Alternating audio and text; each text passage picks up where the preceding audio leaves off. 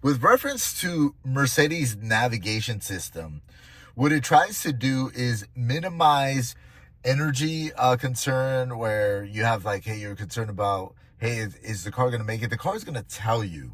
And what you do is like you activate the navigation, you turn it on, and right now I don't have enough power, right? My range is only at 40%.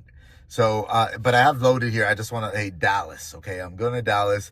Obviously, if it's like more fully charged, it would show, but it does warn you. Please proceed to the highlighted route. And it's gonna, so yeah, carpool. Yeah, I want to allow carpools. Please proceed to the highlighted route. Unlikely to reach the next destination. Please pay attention to the charge level of your vehicle. And then you hit OK. So, and it's gonna warn you again. You know, it's gonna what you're gonna do along your route. You're gonna hit this button here, right?